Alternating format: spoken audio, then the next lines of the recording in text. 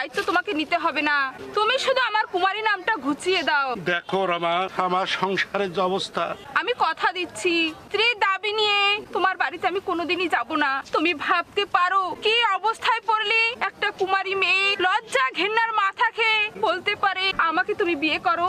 তোমার ব্যথা আমি বুঝি রমা। বোঝো, কতটুকু বোঝো দীপুদা? বাঙালি ঘরে কুমারী মেয়ের ব্যথা স্বয়ং ভগবানই বোঝে না। আমাদের দারিদ্রতার সুযোগ নিয়ে যার যা খুশি বলছে। কে কি বলছে? কালই বিনোদ মোদি দাদাকে বললে আমার সঙ্গে আপনার বোনের বিয়ে দেবেন সোমনাথ বাবু। বিনোদ? বিনোদ হারামজাদার এত বড় স্পর্ধা! ওই রেলের চুলাই মাল বিক্রি করে এদানিং 2 পয়সার মালিক হয়েছে। 2 বছর আগে যার ডাইনি আনতে ভাইয়ে কুলোতো না। তুমি অযথাই মাথা গরম করছো দীপুদা। লোকের মুখ তুমি কি দিয়ে বন্ধ করবে? গরিবের ঘরে রূপ থাকলেই হয় না, চাই রাশি রাশি রূপা। মাঝে মাঝে ইচ্ছে হয় বিষ খেয়ে শেষ করে দে নিজের এই অভিশপ্ত জীবনটা। রমা লক্ষ্মীটি, কেঁদো না। আমি আপ্রাণ চেষ্টা করব তোমাকে সামনে ঘরে নিয়ে যাওয়ার জন্য। দীপার একটা ব্যবস্থা না করি এখনই বিয়ে করলে মা বাবা দুঃখ পাবে। দীপুদা, বেকারত্বের অভিশাপ আমাক দিবানিশি কুড়ে কুড়ে খাচ্ছে। ছোট বোনটা মুখ কালো করে যাতে আমার চোখের সামনে ঘুরে বেড়ায়, ওর একটা ব্যবস্থা না করি। তাহলে থাক দীপুদা, আমি আর তোমাকে বিরক্ত করব না। যতদিন তুমি স্বাবলম্বী না হতে পারবে আমি তোমার জন্য অপেক্ষা করব, দরকার হলে মৃত্যুর শেষ দিন পর্যন্ত। রমা, তোমাকে নিয়ে যাওয়ার অনেক গর্ব, আমার সেই গর্বটুকু তুমি ধূলিসাৎ করে দিও না দীপুদা, তুমি ধূলিসাৎ করে দিও না। আমিও চাই না অসৎ পথে উপার্জন করতে, দারিদ্র্যের হাত থেকে নিষ্কৃতি পেতে। নইলে আমি চোখের সামনে দেখতে পাচ্ছি 2 বছর আগের যারা এই পেট ভরে খেতে পারতো না, আজ তারা পাকা বাড়ি তুলছে। মা বলে অপরে অসৎ, কিন্তু আমি কেন অসৎ হতে যাব? একটা মাস জেলে আছে, শরীর নাকি খুবই খারাপ হয়ে গেছে। দাদা বলছিল পুলিশ নাকি এমন মার মেরেছে। কি করবো বল, পুলিশ কিছুতেই জামিন দিলে না, উল্টো বাবাকে যা না তাই বলে অপমান করতো। অর্থ যাদের নেই তার দিকে ওই ভগবানও তাকায় না। কিন্তু আমি বুঝতে পারছি না রমা, দাদাই বা এমন কাজ করতে গেল কেন? আমরা না হয় উপোস করে মরতাম। চিন্তা করেনি, করতে পারে না রমা, স্বয়ং ভগবান ঈশ্বর যদি বলে আমি বিশ্বাস করি না। এরা সঞ্জয় সেনের চক্রান্ত, সঞ্জয় সেন চক্রান্ত করে জেলে করেছে দীপুদাকে। তাই এই গ্রামের মধ্যে একমাত্র সঞ্জয় সেনের কাজের প্রতিবাদ। রমা, দাদাকে তুই অন্ধের মতো ভালোবাসিস তাই না রমা? বাবু, আমি বলছি দীপুদা নির্দোষ। শাসকের চাবুক চিরদিন ওই গরিবের পিঠেই পড়ে। কি যে হবে তা আমি ভেবেই পাচ্ছি না রমা। আমাদের না আছে আর্থিক বল, না আছে লোক বল।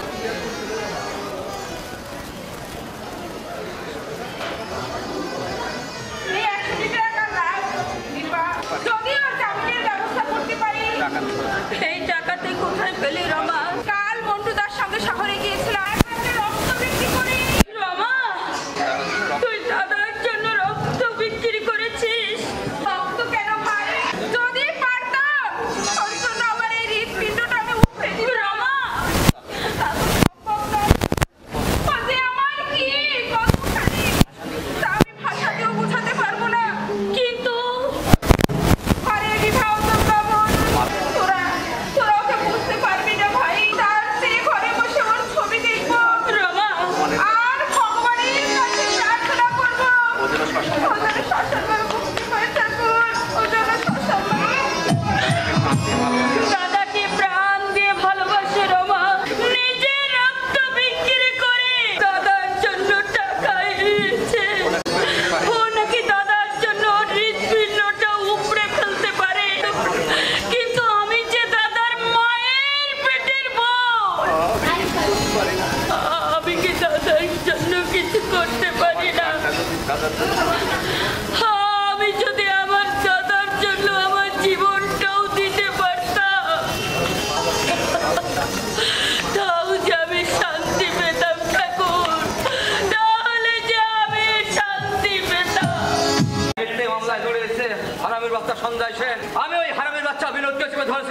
সে বলল সঞ্জয় বাবু আমাকে যা শিখিয়ে দিয়েছে আমি তাই করেছি। সবই বুঝতে পারছি মাইকেল, কিন্তু পুলিশ যখন ধরেছে মামলাটা হওয়াটা হবে, তবে ওই সঞ্জয় বাবু চেষ্টা করবে কঠিন শাস্তি দিতে। ওরে আর জামাই পুলিশ সুপার সম্রাট, তোলার আগে হাতের সুখটা একবার হবে না?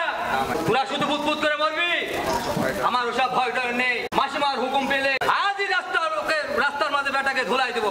তাতে যদি আমার সমাজ জেল হয় তার জন্য আমি প্রস্তুত। কি ব্যাপার তোমরা? আপনি হুকুম দেন মাসিমা। হারামির বাচ্চা সঞ্জয় সেনকে রাস্তার মধ্যে ধরে রাস্তা করে ধুলাই দিন। মাথা খারাপ করিস না মাইকেল, কেসটা কিন্তু খারাপের দিকে যাবে। কি খারাপ হবে শুনি? জেল না হয় ফাঁসি, তাতে কি? মরতে তো একদিন হবে। মরবার আগে দু চারটা খুন করে তবে আমি মরবো। না বাবা, তোমাদের সঙ্গে আমি কিন্তু একমত হতে পারছি না। অপরাধ করেই থাকে, কিছুই ওর শাস্তি হবে। আর নির্দোষ করে সম্পূর্ণ মুক্তি পাবে। আপনার চিন্তাধারা সম্পূর্ণ ভুল মাসিমা। মাইকেল, বিষয় সম্পত্তি নেই দাদার সঙ্গে আমার একদিন ঝগড়া হয়েছিল। দাদা নিজে বৌদির হাতে একটি দায়ের কোপ বসিয়ে দিয়ে থানায় গিয়ে আমার নামে ডায়েরি লেখে আমি নাকি বৌদিকে খুন করতে উদ্যুক্ত হয়েছিলাম। মাইকেল, দেখা সাক্ষী দিয়েছিল ওই হারামির কথা সঞ্জয় সেন। বিচারে আমার 2 বছর জেল হয়, দোষ না করেও আমি শাস্তি পেলাম। ওই তোমাদের ভগবান নির্দোষ বলে আমাকে তো মুক্তি দেয়নি। কিন্তু আল্লাহ গড় ভগবান আমি ধব্যবাজি যুগে বিচারের বাণী নীরবে নির্ভীতে কাঁদে। তাই আমার নীতি হচ্ছে কাপুরুষের মতো না সয়ে টুটে কামড়ে ধরে দুশ্মনকে নিজের হাতে খতম করব।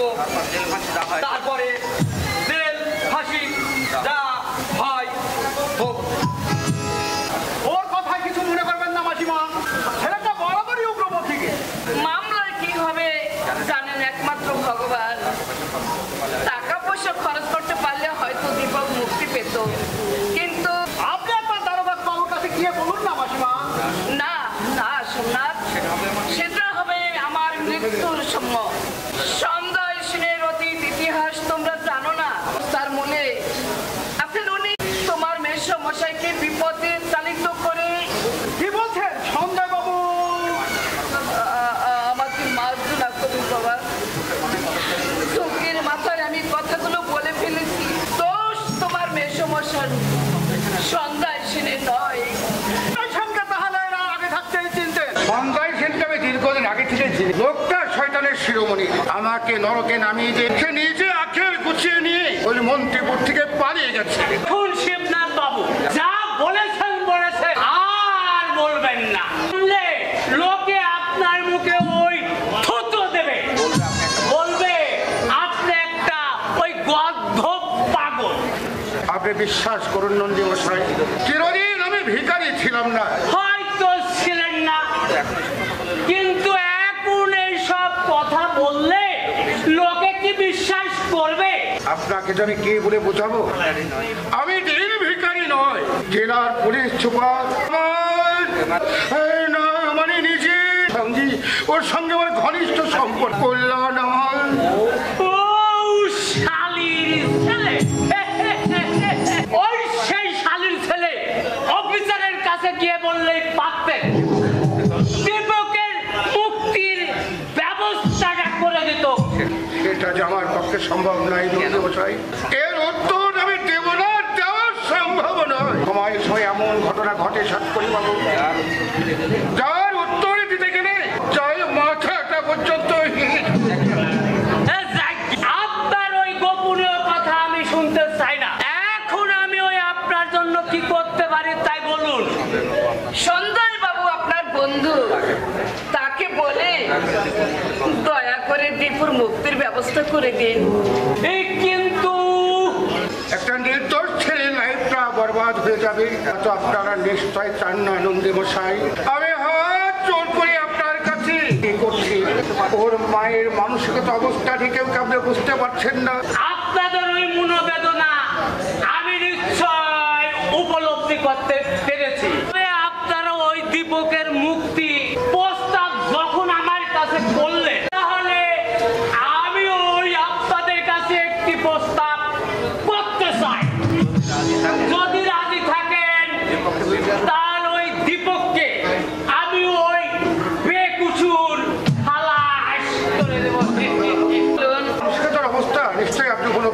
আসছেন? আচ্ছা শিবনাথ বাবু, আমার এই বয়সটা কত বলে আপনাদের ধারণা? 60-65 হয়তো হবে। 60-65? মাথার চুলগুলোতে পাক ধরেছে বলে ভেবেছে আমি কি ওই বৃদ্ধ হয়ে গেছি?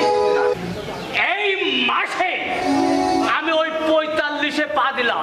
কিন্তু আপনার অত বড় ছেলে চন্দন খুব কম বয়সে বিয়ে করেছিলাম কিনা, স্ত্রীটাও আমার মারা গেল, আর আমি ওই বিয়ে শাদী করলাম না। খুব আনন্দের কথা। এটা খুব আনন্দের কথা। আপনাদের ঘরে যাবে। দীপা আপনার ঘরে যাবে।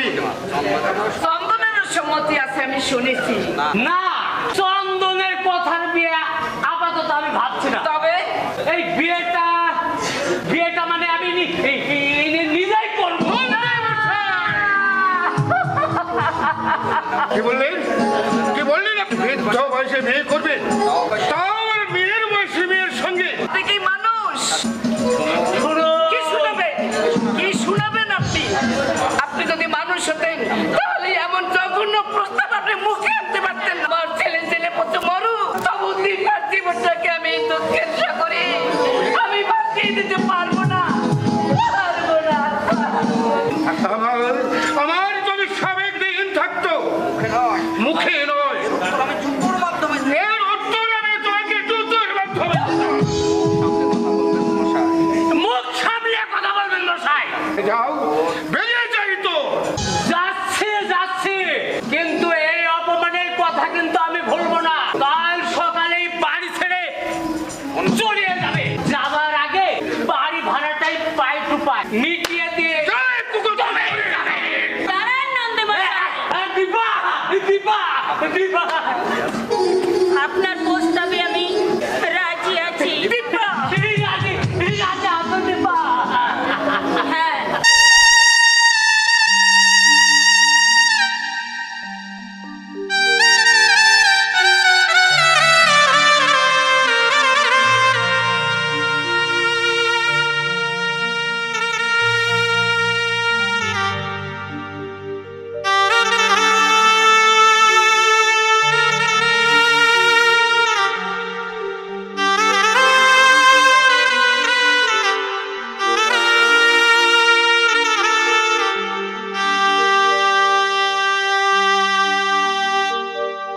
তারা হচ্ছে সমাজের মধ্যমণি, খুশি করে যাবে। গরিবের প্রতিবাদের কোনো সুযোগ নেই। এই তো সমাজ ব্যবস্থা। আইন এদের নাগাল পাচ্ছে না, রাষ্ট্র থাকবে উদাসীন, নেতারা সব বলবে সব ঠিক হে। তুমি এসব কথা ভাবো মাইকেলদা? তুমি কি ভাবো রমা? আমি অগান বেকার হয়ে জন্মেছিলাম শয়তানদের ষড়যন্ত্রে। আমি আজ সমাজ বিরোধী। যেমন দীপক দা জেলে পচে মরছে, একটা নিরপরাধ তরুণ শয়তানদের চক্রান্তে। শুনেছি ওনাকে আজ মুক্তি পাবে। পাবে, কিন্তু কিসের বিনিময়ে মুক্তি পাবে জানো রমা? একমাত্র যৌবনের বিনিময়ে। মাইকেলদা, I am so sorry my young sister। কথাটা অশালী, তার জন্য তোমার কাছে আমি মার্জনা চাইছি। কিন্তু 20 বছরের এক তরুণীর সঙ্গে 60 বছরের এক বৃদ্ধের কি করে বিবাহ সম আমি মেনে নিতে পারছি না। কিন্তু জানি না দীপক দা মেনে নেবে কিনা। আমি হলে কি করতাম জানো না মা? দুটোকে একসঙ্গে খুন করে আমি ফাঁসি দিয়ে যেতাম।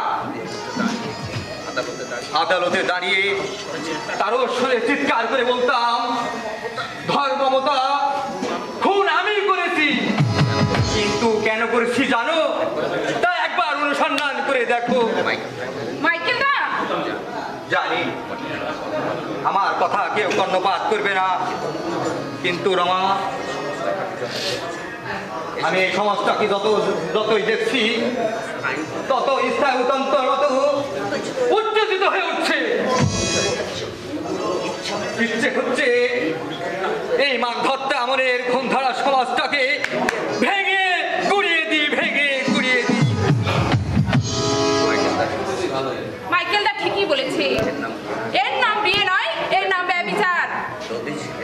দধিচি দেহ ত্যাগ করেছিল দেবতাদের বাঁচাবার জন্য, আর দীপা ওর দাদার জন্য আত্মত্যাগ করলে। দীপার স্বপ্ন ছিল সুন্দর স্বাস্থ্যবান একজন স্বামী, ছোটখাটো সাজানো একটা সংসার। কি হয়েছে দাদা? তোমার তোমার মুখটা তো শুকনো দেখাচ্ছে কেন? শরীরটা তোমার ভালো নেই? না রে, শরীরটা ভালোই আছে, তবে তবে যাই হোক একটা চাকরি করছিলাম, সেটাও চলে গেল রে। কেন? দীপককে কেসের জন্য তদবির করেছিলাম বলে সঞ্জয় বাবু নাকি মালিককে বলেছে ওকে চাকরিতে রাখলে এখানে ফ্যাক্টরি রাখা দায় হবে। তাই মালিক সঞ্জয় বাবুর সাথে বিবাদ না করে আমাকে কাল থেকে কাজে যাওয়া বন্ধ করে দিল। সঞ্জয় সেন কি দেশের রাজা? তার হুকুমে সবাইকে চলতে হবে। দেশে কি আইন নেই? দেশে কি মানুষ নেই? আইনের কথা বলছিস না? আইন আছে, কিন্তু সে আইন গরিবের জন্য নয়। এই সমাজে ধনীর সাক্ষণ মাপ, ওরা আইনের মুখে জুতো মেরে লক্ষ লক্ষ টাকা রোজগার করে বেআইনি পথে। আইনের রক্ষকরা দেখেও চোখ বুজে থাকে, আর আমরা যদি অন্যায় করি পুলিশ টুটি চেপে ধরে। এই তো আমাদের সমাজ। মানুষ খুন করে খিদের জ্বালায়, পকেট মারে পেটের এই গর্তটাকে নিভাবার জন্যই, চিন্তাই করে দারিদ্র নামক রাক্ষসটাকে শান্ত রাখবার জন্যে। কিন্তু ধনী লোকেরা যে কোটি কোটি টাকার মুনাফা লুটছে, শুষে নিচ্ছে সাধারণ মানুষের রক্ত, ওই তাদের বেলায় আইনের লম্বা হাতটা তো এগিয়ে আসছে না। তুই দেখে নিস রমা, দেশের যুব শক্তি এই বৈষম্য বেশি দিন চলতে দেবে না। বর্তমান সমাজটা ভারতের স্তূপের উপরে দাঁড়িয়ে আছে। তরুণ সমাজরা কোন পথে যাবে? দাদা, বিনা দোষে আমার চাকরিটা চলে গেল। কাল থেকে হয়তো নিরন্ত উপবাস থাকতে হবে। খিদের জ্বালায় আমি যদি পকেটমার হই, ছিনতাই করি, ওয়াগেন বেকারদের দলে নাম লেখাই, তার জন্য কি আমি দায়ী? না দাদা না, আমি তোমার দুটি পায়ে পড়ি দাদা, ও সব কাজ তুমি করতে যেও না। আমি মাসিমার কাছে বেরি বাঁধতে শিখেছি, দুটো পেট কোনো রকমে চলে যাবে। না পারি পরের বাড়িতে ঝিয়ের কাজ করব। তবু তুমি ও পথে যেও না দাদা, তুমি ও পথে যেও না।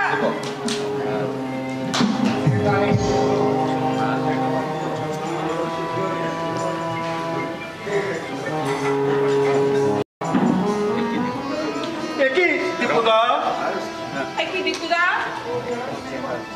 তোমার চেহারা কি হয়েছে? ওরা কি তোমাকে খেতে দেয়নি? এই অবস্থা দেখার আগে আমি যদি মরতে পারতাম, আমার কোনো দুঃখ থাকতো না। বস দীপক, তারপর বল কেমন আছি? নরক দর্শন করে এলাম রে সন্ধ্যা। নরক? জেলখানা মানেই তো নরক। আমি হলফ করে বলতে পারি, কোন সৎ মানুষকে জেলখানা 6 মাস আটকিয়ে রাখা যায়, তাহলে সে একজন পাক্কা সমাজ বিরোধী মস্তান হয়ে গেল। কিন্তু আমার মনে হয় প্রথমে জেলখানা তৈরি হয়েছিল মানুষকে সংশোধনের সুযোগ দেওয়ার জন্য। চোর ডাকাত পকেট তৈরি কারখানায় জেলখানা নিশ্চয় না। বাস্তব পক্ষে তাই হচ্ছে। ওখান থেকে বেরোবার পর মানুষ আর মানুষ থাকে না, জানোয়ার হয়ে যায়। যা হোক, তুই বেকুশল মুক্ত পেয়েছিস, সেটাই তোর ভাগ্য। নইলে তুই যে ষড়যন্ত্র শিকার জেল অবধারিত। আমি জানতাম ছাড়া আমি পাবই, কারণ আমি যখন অন্যায় করিনি, সত্যের সূর্যকে মিথ্যার কুয়াশায় কখনো ঢেকে রাখা, একদিন তা প্রকাশ পাবে। বাড়ি ঘুরে এলি? না, আজকের রাতটা তোদের এখানে ভোরে আমি তা হ্যাঁ রে। মা বাবা দীপা ওরা কেমন আছে তুই জানিস? ওরা ভালোই আছে। মা বোধহয় খুবই ভেঙে পড়েছে। বাবা হয়তো বিশ্বাস করেছে, আমি চিন্তাই করেছি, কিন্তু এটা বিশ্বাস করবে না। কিন্তু ওই সঞ্জয় সেনকে আমি সহজ এর অপমানের প্রতিশোধ আমি নেব। এই চা খেয়ে হাত মুখ ধুয়ে এসো। এক মাসে চেহারার যে করেছো তা এক চেহারার দিকে তাকানোই যাচ্ছে না। আসলে শরীরের উপর তুমি কোনো যত্নই নিচ্ছ না। কি বলবো বলো, জেল হাজতে তোমার আমাদের তো প্রিয়জন কেউ ছিল না, বন্ধ করে খেতে দে। আসলে মানসিক চিন্তাতে শরীরটা আমার নষ্ট হয়ে গেছে। 2-4 দিন বাড়িতে থাকলে সব ঠিক হয়ে যাবে। তুই হাত মুখ ধুয়ে বিশ্রাম কর দিব, আর তুই অননটা ধরিয়ে দে। রমা, আমি কোথায় যাবে তুই এত রাত্রে? অনেকদিন বাদে তুই বাড়ি এলি, শুধু ডাল ভাত তো তোর সামনে ধরিয়ে দেওয়া যাবে না। তুই বিশ্রাম কর, আমি বেশি দেরি করবো না। জানো রমা, জেল হাজতে বসে প্রতিদিন আমি তোমার কথাই ভাব। মাঝে মাঝে আমার ইচ্ছা হতো আজ তুমি দেখা করতে, কিন্তু নিষ্ফল প্রতীক্ষা। একটা দিনও তুমি দেখা করতে এলে না। তুমি আমাকে ঘৃণা করো রমা? তুমি আমাকে ভুল বুঝে রাখো। তুমি তো জানো ইচ্ছে থাকলেও মেয়েরা সবকিছু করতে পারে না। তুমি যে আমার কি কতখানি রমা,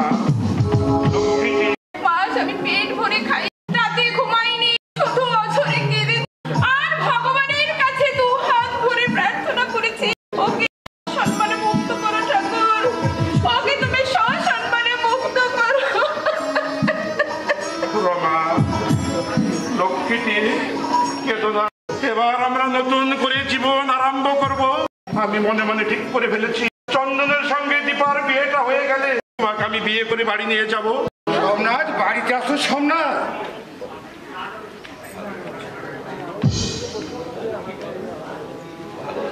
ভালো আছো বাবা?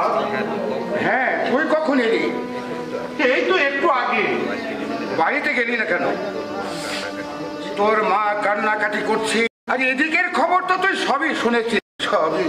সবই যে পুরো অদৃষ্টির দোষ বাবা। খেতে পারে মতন মেয়ের জীবনটা এইভাবে। দীপা, কি হয়েছে দীপা? তুই কেষ্টে সরিস, কি শুনবো? বাড়ি চল, সব শুনতে পাবে। কি হয়েছে দীপার বলোই না।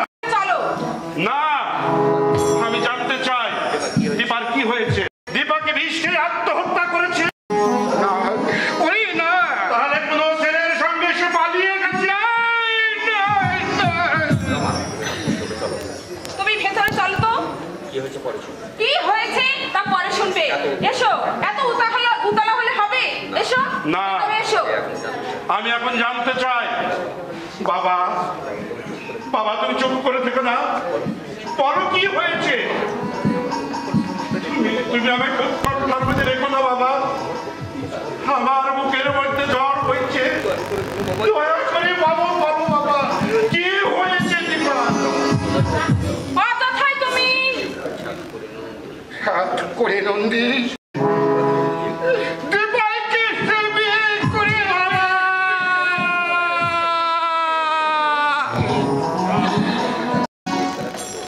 এছাড়া যে কোনো উপায় ছিল না দীপ। তোকে জেল থেকে বের করার জন্য এই কাজ আমাকে করতে হয়েছে। কেন কেন তোমরা এমন জঘন্য কাজ করলে? আমি না হয় জেলখানা নরক যন্ত্রণায় ভোগ করতাম।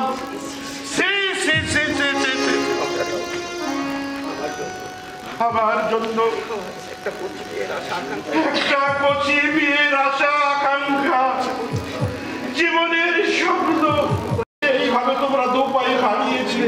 দীপার জীবনটা তোমরা হাহাকারে ভরিয়ে দিলে। দীপ, মেয়েটাকে বলে দেওয়ার আগে কেন কেন তোমরা আমার সঙ্গে সম্মতি দিলে না? আমি তো মরে গেছি, কেন তোমরা সম্মতি দিলে না? কেন আমাকে একটি কথা তুমি জিজ্ঞাসা করলে না? তুমি স্নেহময়ী বাবা নয়, তুমি একটা বিবেকহীন কসাই। আজ থেকে আমি তোমাকে শ্রদ্ধা করবো না, করবো ঘৃণা। হ্যাঁ, ঘৃণাই করবো। আমার এর মধ্যে তোমাদের শ্রদ্ধার সন্ধ্যা। তুমি শান্ত হও দীপুদা, তুমি শান্ত হও। সঞ্জয় সেন আর সাতকড়ি নন্দী মিলি সঞ্জয় সেন, সঞ্জয় সেন, আমি ওই ইষ্ট দেবতার নামে শপথ করে বলছি, সঞ্জয় সেনের উপর যদি প্রতিশোধ আমি দিতে না পারি, মানুষের সমাজে আমি আর মুখ দেখাবো না। ও হয়তো এক্ষুনি গিয়ে সঞ্জয় সিং এর উপরে হামলা করবি। সাতকড়িকে সে মারধর করবে, আবার তোমরা জেলে পাঠাবে। মা, ওকে আবার যে তোরা জেলে পাঠাবে। আপনি বাড়ি যাবেন মশাই। দাদা এলে ওকে বুঝিয়ে সুঝিয়ে আমরা পাঠিয়ে দেবো। তাই দিস মা। চরণ ধুলি ছাড়া চাই না কিছু আমি, থেকো মোর হৃদয়েতে প্রভু সদা তুমি, প্রভু সদা তুমি। চরণ ধুলি ছাড়া চাই না কিছু আমি, থেকো মোর হৃদয়েতে প্রভু সদা তুমি, প্রভু সদা তুমি। শ্যাম ঘন শ্যাম, ঘন শ্যাম, ঘন শ্যাম, শ্যাম ঘন শ্যাম, ঘন শ্যাম, ঘন শ্যাম।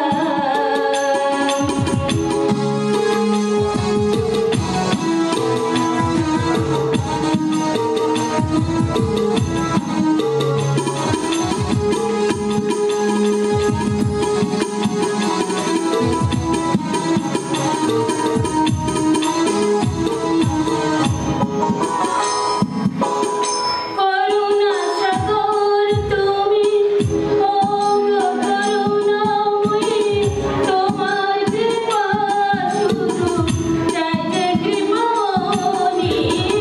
করুণা সাগর তুমি, ও করুণাময়ী, তোমার কৃপা শুধু চাই যে কৃপাময়ী।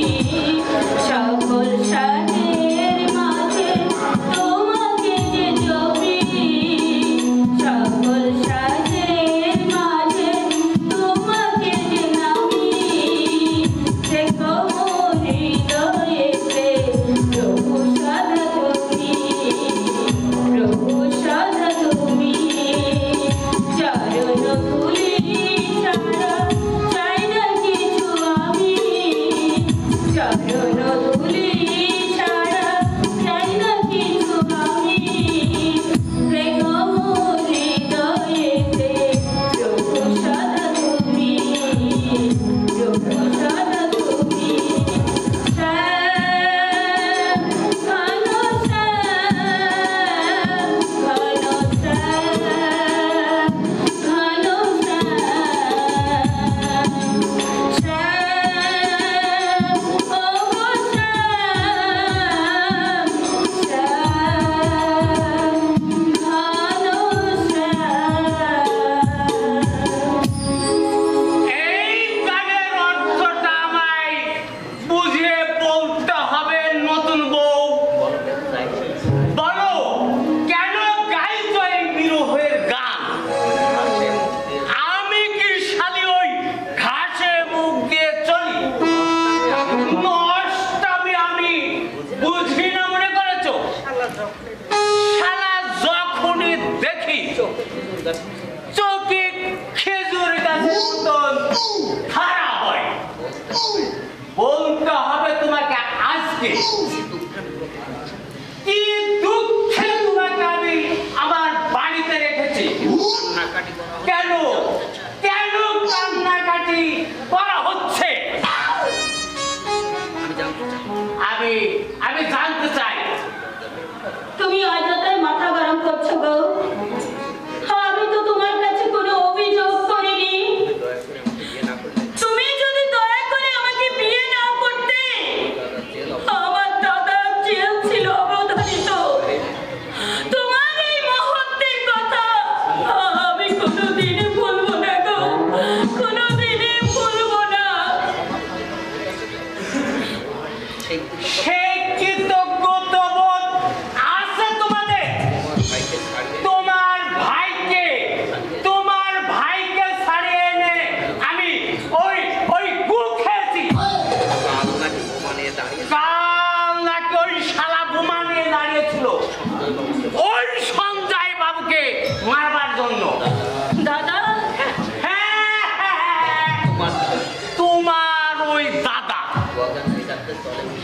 ওয়াগেন বেকারদের দলে মিশে মিশে বেপরোয়া ওই শালা ওয়াগেন ভাঙছে, আবার নাকি লোকের কাছে বলে বেড়াচ্ছে আমাকে শুনতে ঘুম করবে।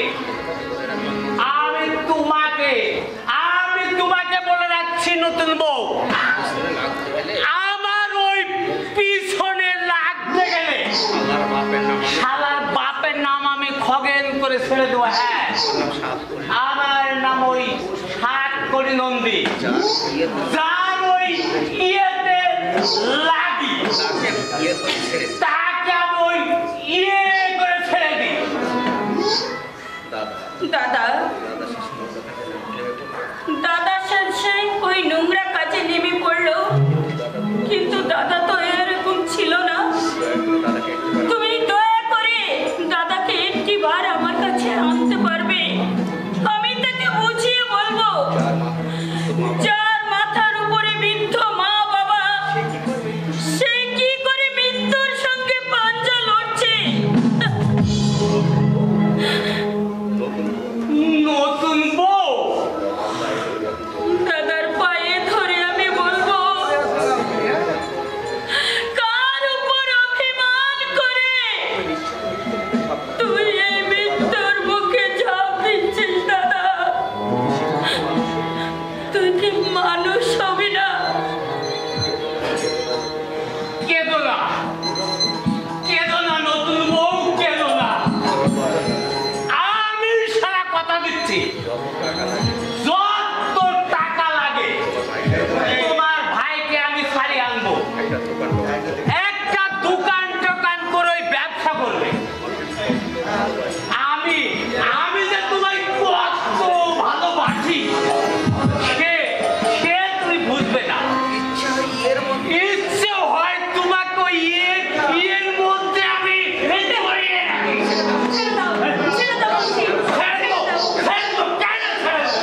তোমাকে আমি অগ্নি নারায়ণ সাক্ষী রেখে বিয়ে করে দিই। ছাড়ো ছাড়ো ছাড়ো নরপশু। কি বললি হারামজাদি?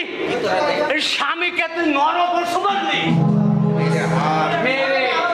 মেরে তোকে হাত দিয়ে তুমি 7 কোটি নন্দী ওই মেদা মোরা পুরুষ ভেবেছিস? সে বাঘের বাচ্চা বাঘ, যার ইয়েতে লাগি তার ওই ইয়ের ছাল করে দিই। গায়ে জোরে তুমি হয়তো অধিকার ফলাতে পারবে, কিন্তু এই মন তুমি কোনোদিনই পাবে না। তুমি আইনের দোহাই দিয়ে পারো তুমি স্বামিত্বের অধিকার কেড়ে নিতে, কিন্তু এই মনের অধিকার তুমি কোনোদিনই কেড়ে নিতে পারবে না। আজও আমি কুমারী হয়ে চিতায় যেতে চাই, চিতায় যেতে চাই।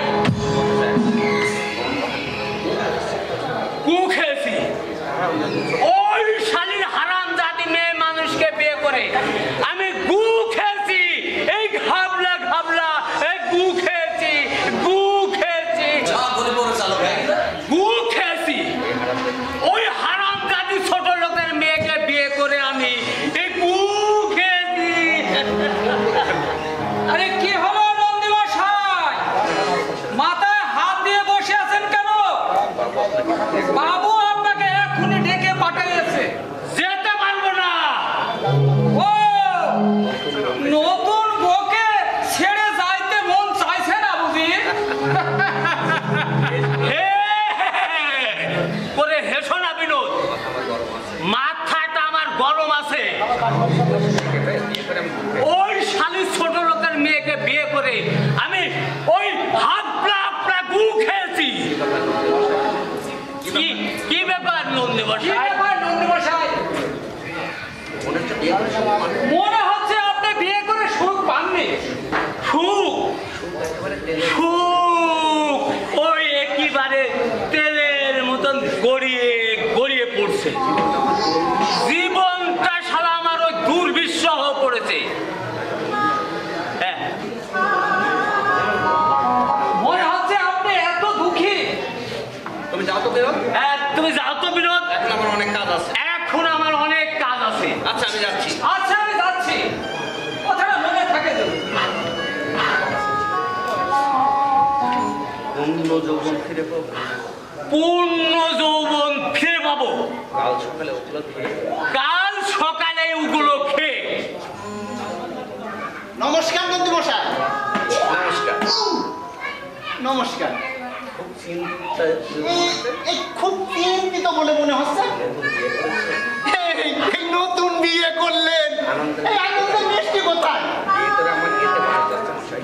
বিয়ে করে, হ্যাঁ এই বিয়ে করে আমার এমনিতে বার যাচ্ছে মশাই। আমি হালে পানি পাচ্ছি না। আমি শালা ওই হালে পানি পাচ্ছি না, জান আমার ওই ঝালা পালা হয়ে যাচ্ছে। কেন কেন কেন? এই বউ তোমার ওই নতুন বউটা না আমার বস মানছে না। আজ অবশ্য একটা মুষ্টিযোগের সন্ধান পেয়েছি, কাল থেকেই মনে করেছি আরম্ভ করব। মুষ্টি যোগ? এই মুষ্টি যোগে কাজ হয় বন্ধু মশাই? আমিও খাবো। তাহলে তো আমিও খাবো। এই বলেন তো, এই বলেন তো এই ফর্মুলাটা কি? আধ পোয়া দই, হ্যাঁ 100টা গোবর, 100টা গোবর, একটা আরশোলা, আর একটা ওই আরশুলা, 100টা গোমূত্র, আর 100টা কইছে গোমূত্র। ও তাতে কাজ হবে বন্ধু মশাই? হ্যাঁ ওই জ্বালাতে আরে আমিও তো শালার ওই জ্বালাতেই ঘুরছি। এই আমার ওয়াইফ না এই বছরের মধ্যে 11 মাস মায়ের বাপের বাড়ি থাকে। বলেন কি? আর এদিকে আমি একা আর একদিকে আমি একলা একলা খাটে শুয়ে দেখি। খাটে শুয়ে দীর্ঘশ্বাস। বলেন কি স্যার? দুঃখের কথা কি বলবো নন্দী মশাই, এই স্ত্রী না আমার অপূর্ব সুন্দর, যেন সত্য কথা এক বছর বললে যেন সদ্য ফুটে ওঠা এক গুচ্ছ রজনীগন্ধা। হাত দিয়ে শুতে শুতে এই হাত দিয়ে শুতে সংকোচ করে। এমন ওয়াইফ অনেক ভাগ্যের ফল। অনেক এই সাদার ভাগ্যের বলে পেয়েছি। বাহ, বেশ ভালো জিনিস তো। বাহ, তাহলে খুব ভালো জিনিস তো। এই একটা কি হয়েছে জানেন বন্ধু মশাই? কি হয়েছে? ধরতে গেছি। এই আমি না ওই চোর ধরতে গেছি, হ্যাঁ, চোর ধরতে যায় না। ওসব কথা থাক, এই, ওসব কথা থাক, চলুন ভিতরে গিয়ে সব শুন। চলুন এখন ওই ভিতরে গিয়ে সব আপনার কথা শুনবো। তাই চলুন, তাই চলুন, তাই চলুন। যা বাবা, বাড়িতে কেউ নেই নাকি? বাইরে ছিলাম। এর মধ্যে পিতৃদেব শ্রী সাতকড়ি নন্দী কি পটল ডাঙায় পটল তুলেছে? তাহলে তো গোটা সাম্রাজ্যটাই আমার। কে? দিবা, দিবা তুমি ঘরে এসো, সব বলছি। কিভাবে কি শুনবো আমি তোমার? 1.5 মাস তুমি আমার জন্য অপেক্ষা করতে পারলে না। তাছাড়া তুমি আমাদের বাড়ি এলে কিভাবে? জবাব দাও দিবা, জবাব দাও। তুমি এখানে কেন? দিবা, আমি তোমার হাত ধরে বিনতি করছি। তুমি তোমার বাবা, আমার বাবা।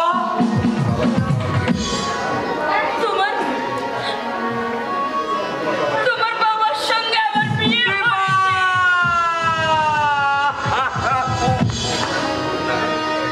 না না, এ আমি বিশ্বাস করি না। তুমি আমার সঙ্গে পরিহাস করছো দিবা। পৃথিবীটা এখনো নরক হয়ে ওঠেনি, মানুষ এখনো জন্তুতে পরিণত হয়নি। যদি তাই হয়ে থাকে তুমি রাজি হলে কি করে দিবা? তোমার সম্মতি ছাড়া এই বিয়ে সম্ভব নয়। কেন কেন কেন তুই আমার সঙ্গে ভালোবাসার অভিনয় করেছো? অভিনয়? হ্যাঁ, অভিনয় করেছো। আমার জীবন নিয়ে তুমি সিনেমিনে খেলেছো। তুমি জানি নাও, তুমি বিষাদার সর্পিণী। বিশ্বে আমার দেহটাকে তুমি কত বিক্ষত করে দিয়েছো। কিন্তু কেন বিভাগ, কেন? আমি তোমার কি ক্ষতি করেছি দিবা?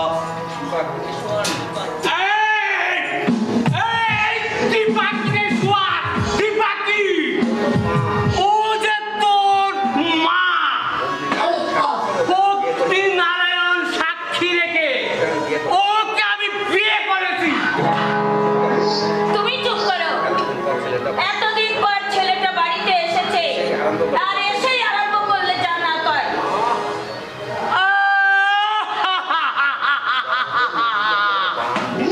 তোর মধ্যে দেখছে একেবারে ওই পান দেখে গেছে। ও আমার ছেলে নয়, ও আমার সুখের সাথে কাটা।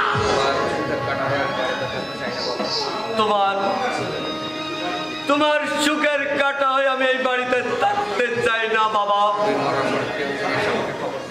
তুমি মরার পর কেউ জেনেছে আমাকে সংবাদ দেয়, মরার পর আমি শুধু তোমার মুখটা দেখে যাব। না, তুমি যাবে না। আমার আদেশ, এই বাড়ি থেকে তুমি একটি পাও বেরোবে না। আমি তাহলে অনর্থ করব।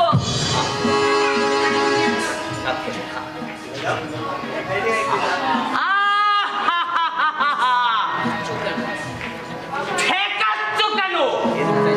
যেতে চাইছে যাক না। কেন বাধা দিচ্ছি সে তুমি বুঝবে না গো। ও চলে গেলে ওই লোকেরা তোমাকে নিন্দে করবে, বলবে বিয়ে করে অমানুষ হয়ে গেছে নন্দী মশাই। আমি চাই না অযথা লোকে তোমাকে নিন্দে করুক। দয়া করে তোমরা আমাকে রেহাই দাও। এখানে আমার পক্ষে থাকা সম্ভব নয়। আমি তোমাদের কাছে করো জোরে মিনতি করছি, আমাকে তোমরা যেতে দাও। আমি কোথাও চলে যাই।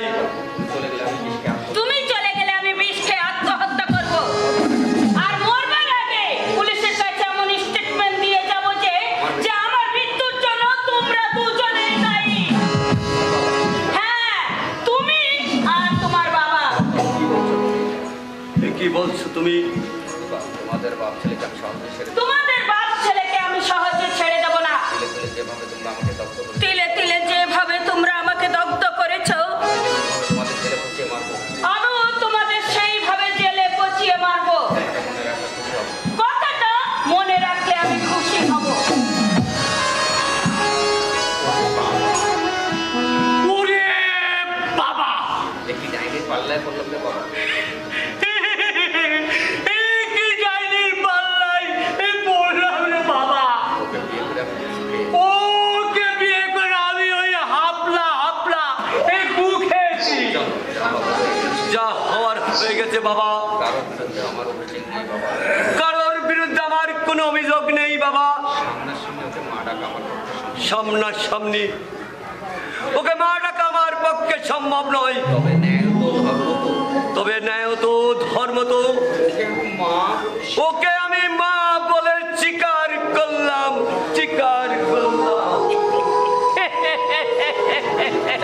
যাক বাবা, লোভের বসে একটা অপকর্ম করেই না হয় ফেলেছি।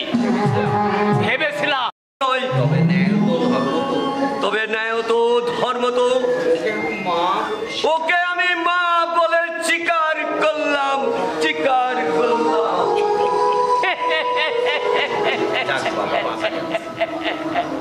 যাক বাবা, বাঁচা গেল।